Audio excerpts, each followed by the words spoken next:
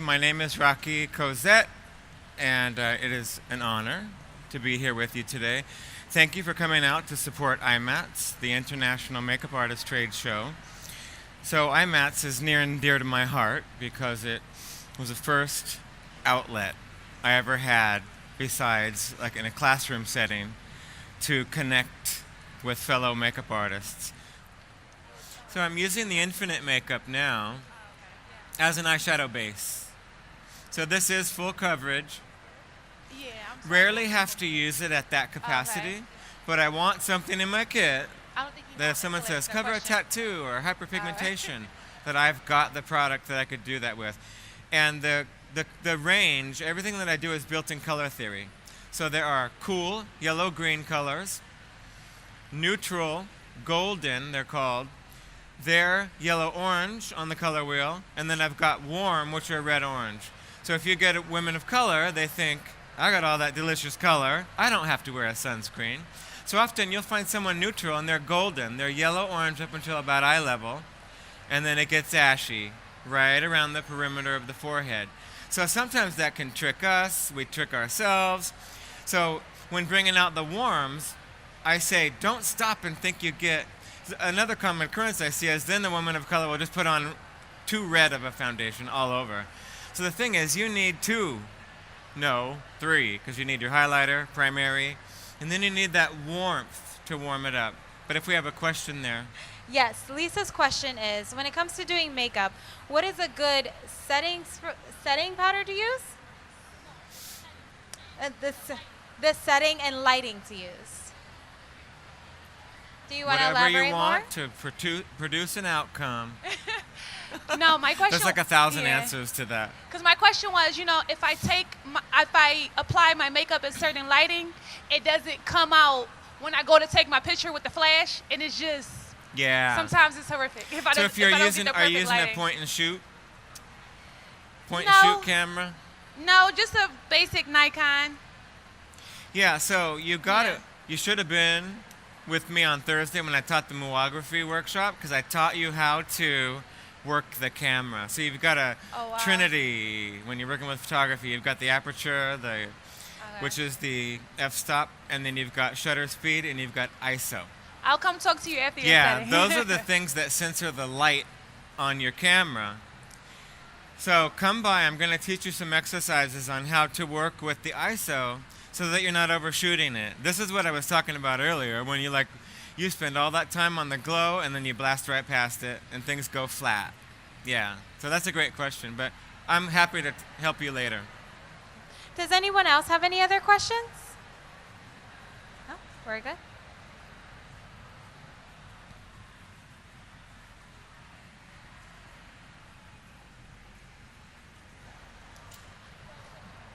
If you have questions, let me know. If you ask me questions, I'll remember to say more things, like I wouldn't have talked about camera things, so I have a question. yeah. Okay, so how do you feel about photoshopping when it comes to makeup? How do you handle those situations? Photoshop is your best friend, Okay. and the media wants you to believe different, because we've got one or two scenarios where someone was made thinner, and that's the industry, like the music industry, management's problem. That's not the artist's problem. And as an artist, I know early on when pigmentation in products just wasn't great, and I would do like a purple eye, and the strobe, the flash, would go right through it, and I'd get a desaturated version of what I was seeing with my naked eye. And so Photoshop became essential if there was a big blemish on the face, and even though you covered the neutralized red-violet in it, it's still a lump. You don't want that on your photo. Photoshop's your best friend. So I only advocate really polishing a photo. Everything you see is Photoshop, period, unless you took it yourself. If it's out there in publishing, and the best thing is when you see, and I'm very picky about it, because I don't want, I'm energy-based, if you couldn't tell. I am not entering into the realm of negativity. You look at my photos and go real close in there. So I'm doing the preliminary work that I have to make beautiful skin, to create beautiful blended transitions so that when it comes to that, Photoshop is secondary. So it's always, in my world, it's secondary. I don't like being rushed because we could fix it in post. That pisses me off. But like everything, if a lash, this is a good image to show you. If the lash lifts there in the front of it, right? And then you go, damn, I love that photo with the lash. That can be fixed in Photoshop. I think that's acceptable. It's just prettier and it's distracting when that lash is popping up. Yeah. So find the things that are going to really work for you and just leave the rest behind. There's always going to be some negative attachment that someone else would want to bring into your art. But that's not for any art is subjective. Yeah. There are no rules, and so use the things that work, leave the rest behind. It's well answered. Now, you've been doing this for many, many years, and you're amazing at it. Close. How did you find your style in this business? How did I find my style? Who said that? Oh, you did. Oh, good. You're giving me questions. Yes. Thank you. You're Someone's stepping up. welcome. I've always been about makeup. So the journey that we're all on is like, raise your hand if you want to do makeup. Right? So without intention, you're going to get it. Without intention, you walk out into the world and then there's money to make, right? So you find yourself in jobs where you're bored to tears. You're not doing what you love, right? So through intention, when you're aligning to what type of clients you want, there's a lot of money out there. Abundance is what this life is about. And there's a $100 client, there's a free client. It's frequencies, 100, 500, 5,000, 20,000. Where you're aligned to, and then there's creativity. There's like little low creativity, medium, high creativity. Well, I was always aligned to high creativity. And I had been true to myself. I have taken very few jobs over the years that were like, when they start minimizing things, oh, it's just a light touch-up. Oh, I'm sorry, I'm booked. Click. You know, or it's the no makeup look. I think you've cast like the wrong person for that. So I always was very strategic in like putting my portfolio out there so that I attract a certain client. So it's really important to me if I get that feeling when I look at a picture of my portfolio, like that doesn't serve where I want to be, that's going to be rotated out as soon as possible. So that all the makeup, look at my work, it's makeup. You won't hire me for a Neutrogena commercial. If it pays a lot, I'll do it. But that's really not, it's about casting a role. And so if you're miscasting a role, that's, sorry, your fault. So just be strategic about who you want to hire you. That way, when you're in it for 31 years, I'm still pleased about where I'm standing. I don't regret one day because I just stayed true to that. Close.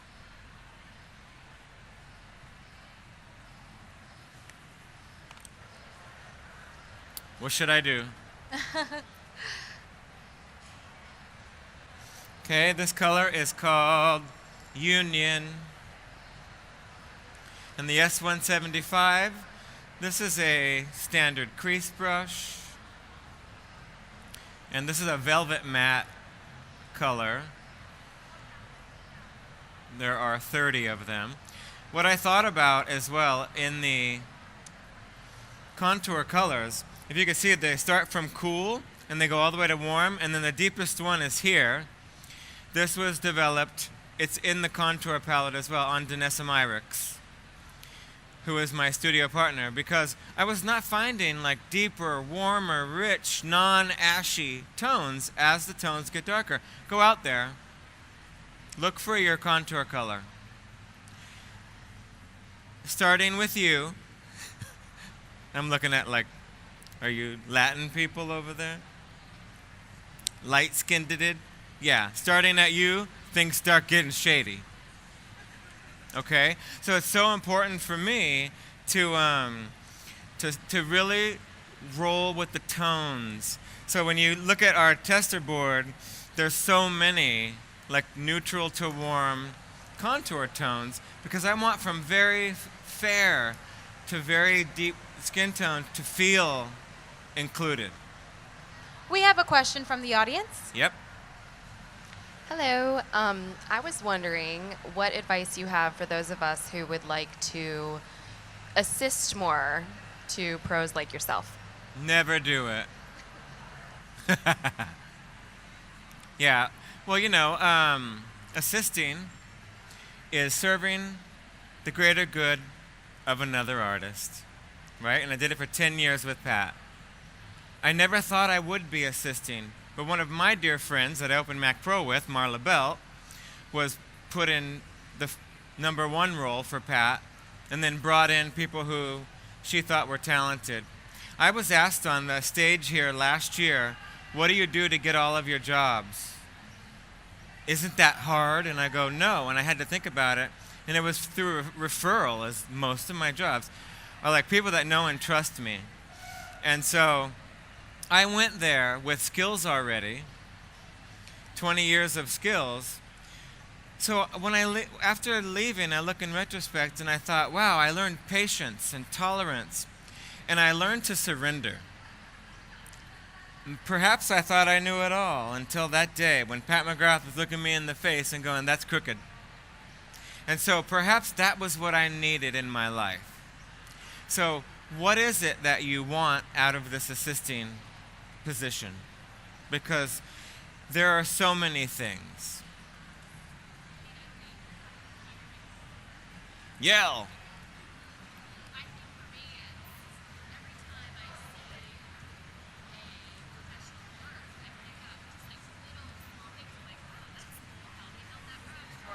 Yeah. How they held the brush or what they do with, the powder or what type of setting procedures they use to set the face. Those kind of things. I just feel like every time I see somebody work, and especially if you're on an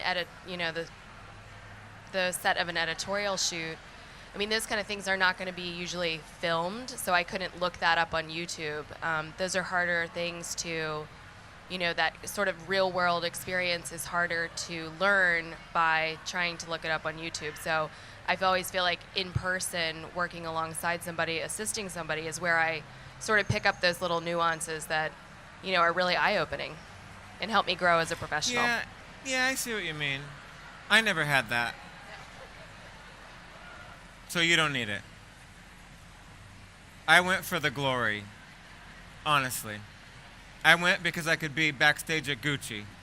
I could be in a rarefied atmosphere and show what I already came with. That's why I was there.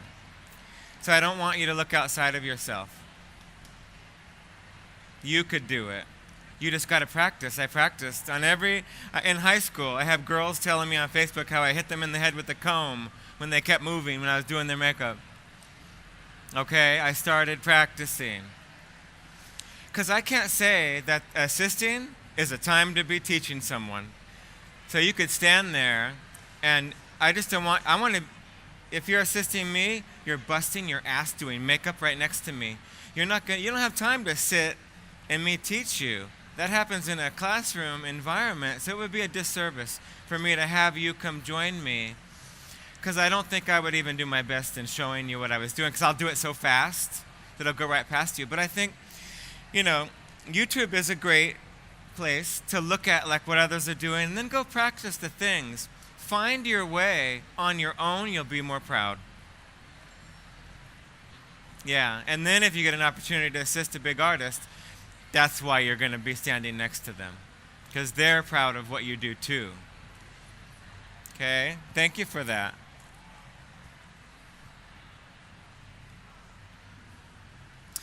Okay, so don't ask what brush I'm using now. Oh God, why'd I bring it out? It's the most famous S185 that we sold out of, and I can't keep it around. So, but you see the importance of it. I'm going with a color called Violaceous now. By the way, I start with only matte colors first. They don't contain mica. Mica's slippery. So I create shape and dimension with my matte colors first. Then I create the accents and everything else with mica-based colors. I see a lot of artists start with sparkle, everything else falls to the cheekbone. It's like the shingles on a roof. So get strategic in your placement as well. Get shape and proportion things down, highlights, lowlights with your mattes first, and then everything else will be groovy. Do a test. Do a test, like one eye shiny start, one eye matte, and then try to go from there and build and use 5 other colors, and you'll see like most of it starts ending up on the cheekbone.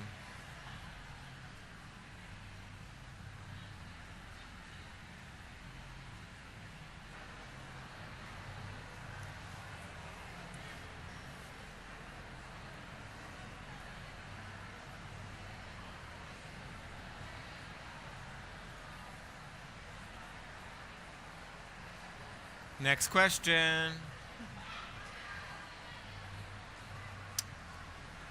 Oh, we got a question in the audience. I know, I'm starting to wear you out, right? Hi.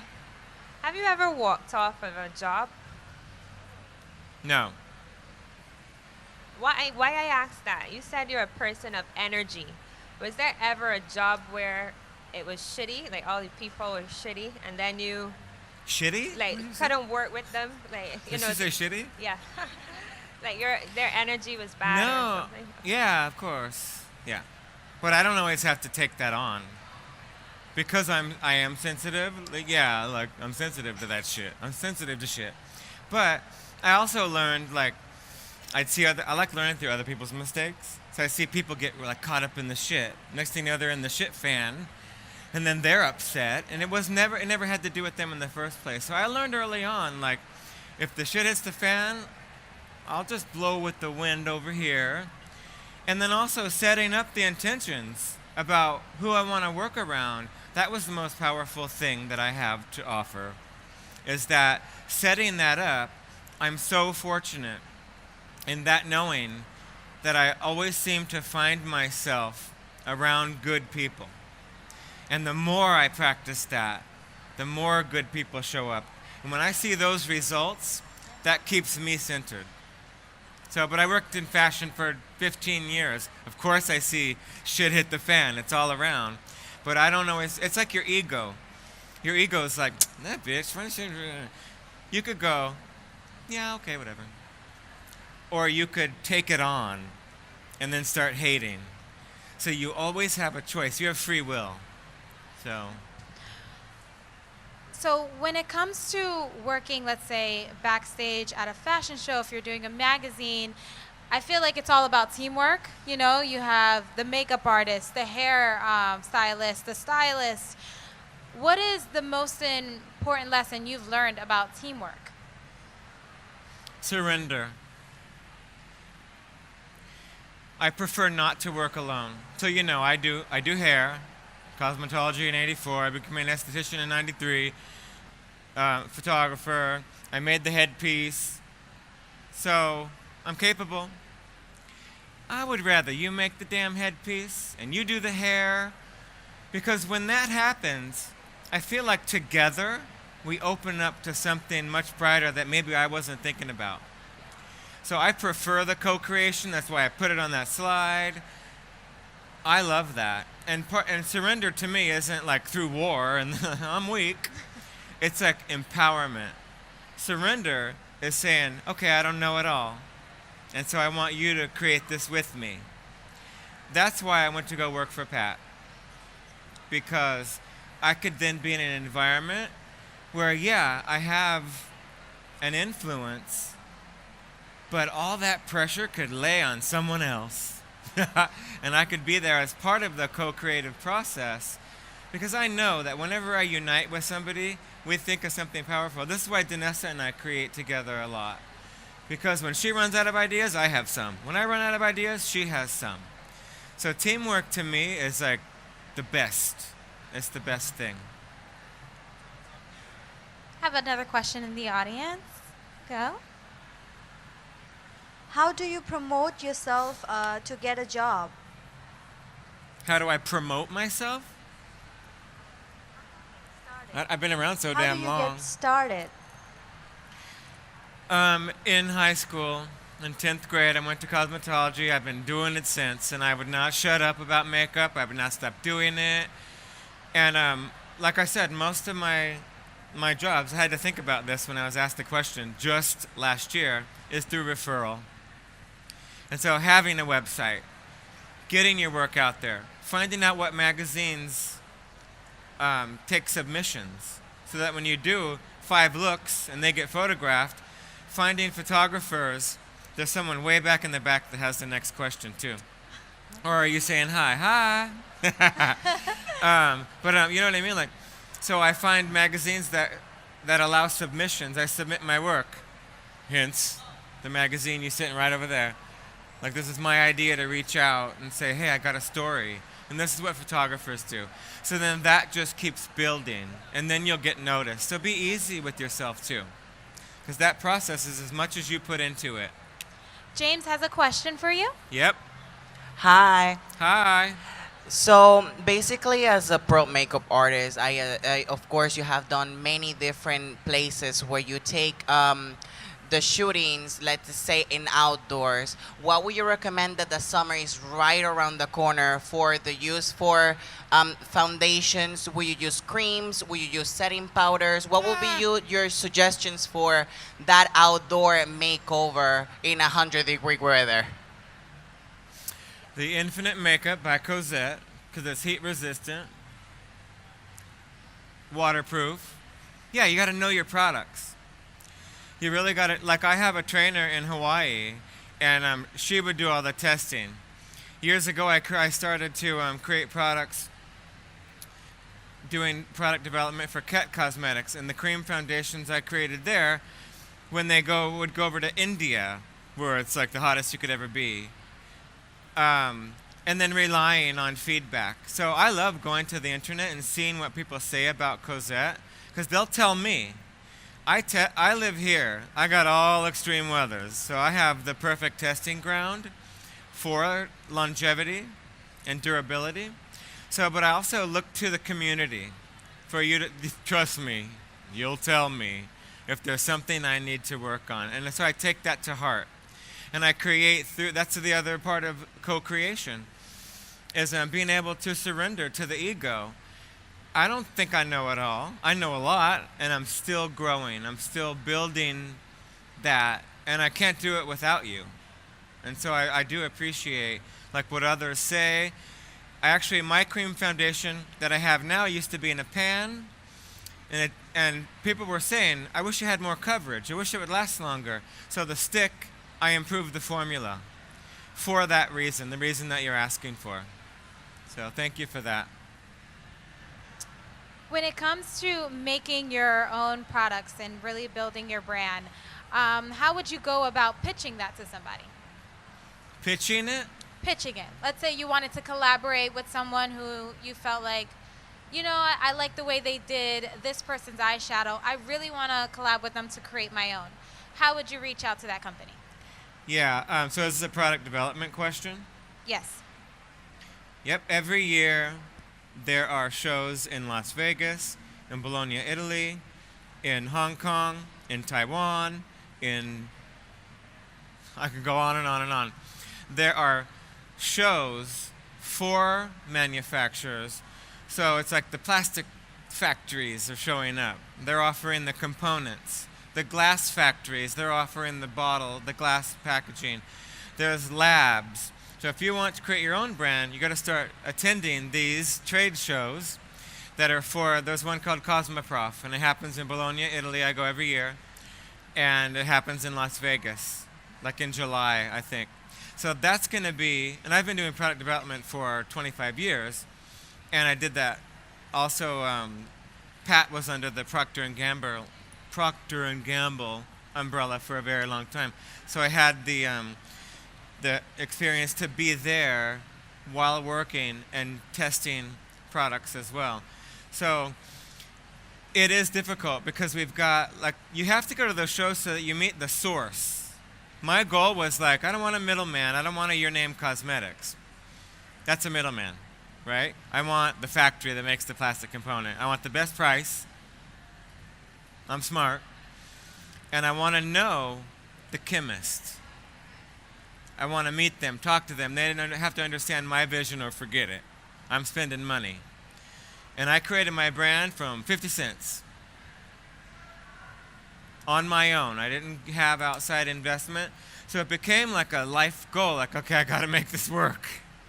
My father's name, my money, and I didn't have a lot of it. This really has to work. So I got to be really smart.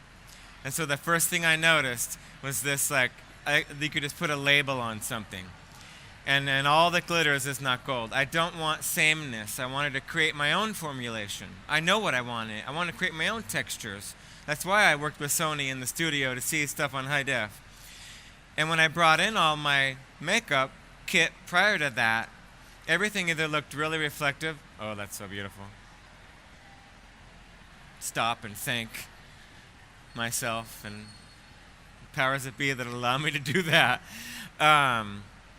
But you know, it's like all of those things, like you got to be a master in what it is that you want to do. So narrow it down to only the things you love. A lot of us waste our time at jobs where our parents wanted us to do, or things that are stable. We even talk our way into it. Like, I need to pay rent, better do it, better accept anything. I never felt that way. I felt like I got to find the key to get to the source, because I can't lose this money.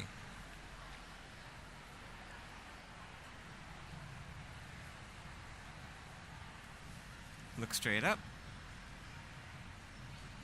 This color is called Prince. So some of you may remember on Instagram I launched the eyeshadows, and on the 20th of the worst month in human history, I took a picture of this purple eyeshadow and I said I'm calling it Prince, because that's one of my inspirations. So I was maybe arrested 8 times by 18. Stealing at the grocery store, probably all the same things you did. Fighting, all of these things. And when I heard Prince, I went, wait. I feel that. And I feel emotional talking about that. Because that showed me, like someone sensitive, an artist, a creator, had stepped out of the mainstream. I felt like that. So the next day they announced that he passed away, and I was devastated, like a lot of you. But so this color is, like, I worked on that perfect purple for a really long time. But so, you know, if you talk to me long enough, you'll see there's like, not only is there intention behind all of this, but there's almost a story behind a lot of the colors, and there's a purpose. So a lot of people say, I feel like the deeper meaning in like some of the products that you create. And I go, yep, let me tell you about the you know, because, you know, that's the way that I work. A lot of times, that's the energy of the shoot. You know, it's like having those experiences to reflect on. That's true inspiration to me.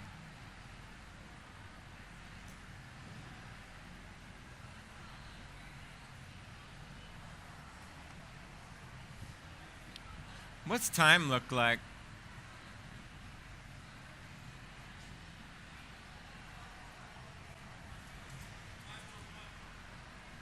We have another question in the audience. So I have 5 minutes to wrap this up? Yep, we have about 5 minutes. Yep. Girl, we didn't talk about my 15-minute rule.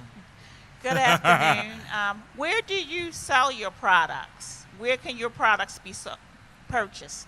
We're in about 7 countries, but here in New York, they're at Alcone, Abracadabra, and Manhattan Wardrobe Supply. There's 3 locations here. Look straight ahead.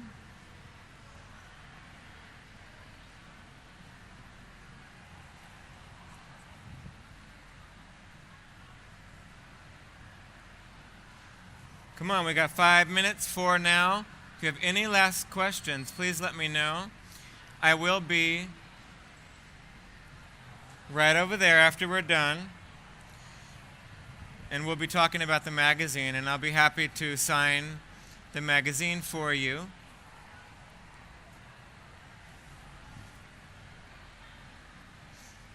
So this is when you're working in fashion and you think, la la la, I love this makeup.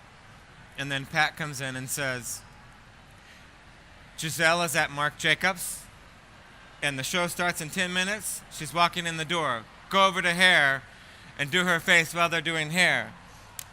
And so you grab all the tools at your dispense and you just start creating. We have a question from Shaina. Yep. Hi. So I did like a fashion show yesterday for like makeup, and like after the fashion show, I didn't know how to like network. I didn't know like what to say. Like I didn't know like, oh hi, I'm a makeup artist and I would like to work with you. I didn't want to seem desperate. So how do you network without seeming desperate?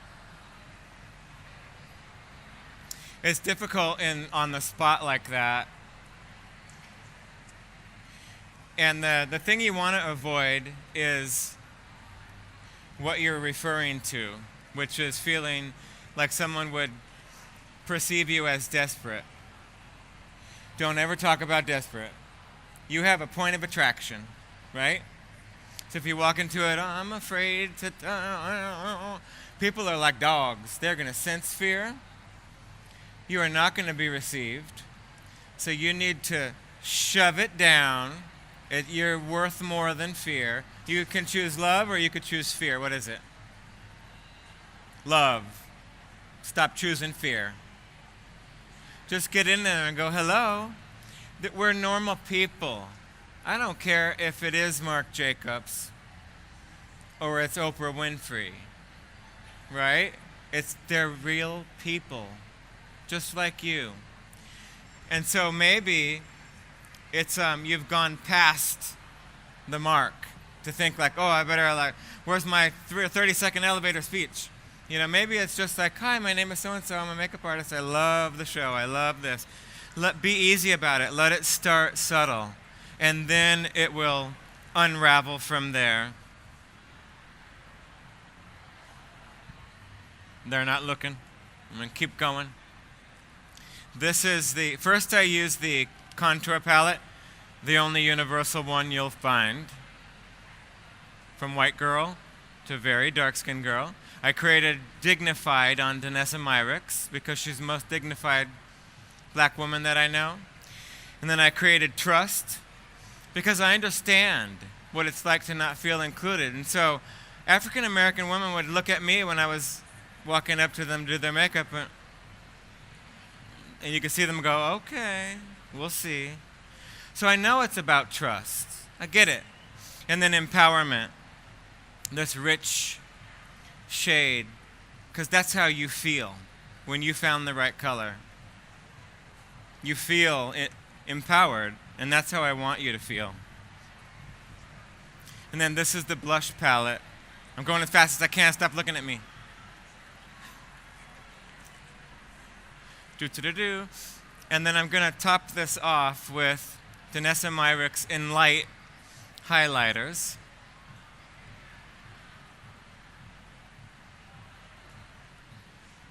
Boom, boom, boom, boom, boom.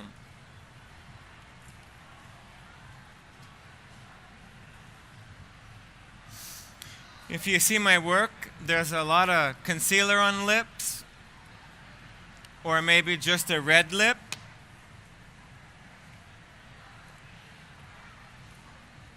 So this summer, you will see that I am launching lip colors. And there will be a lot of like tones like skin, as well as your reds and magentas and plums, turn a little bit. Can we get a close-up on that? Thank you. That's the synergy that I love. And then this color is called Fire from Danessa Myricks collection. And you see there's a level 1 highlight there. Go back to the other side. Level 1, level 2. So you can work with these. If there's a different size particle, then you could work in different levels as you're creating the glow on the skin.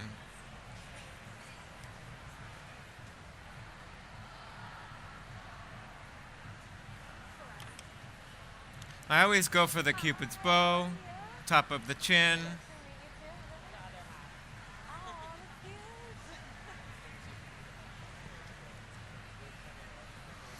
And that way you get just the bridge of the nose, just never in the bridge there, 3/4 of the way down, and never on the tip.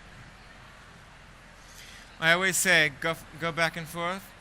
I always say, if you're going to do nose contour like Miss Fame, y'all know who Miss Fame is? Then do it. If you can't do it like that, don't do it.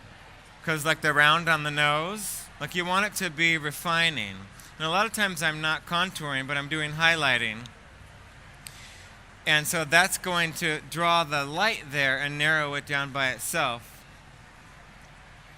So the last thing I will do is a little brow gel. Don't forget your brow gel. Don't work hard on brows. She has great brows, so I won't bother. Don't work really hard on brows and then walk away from it, and then the brow falls, and then it gets photographed that way. So you have to use brow gel on every single makeup. Bring it on set and make sure that everything is in place the way that you intend it.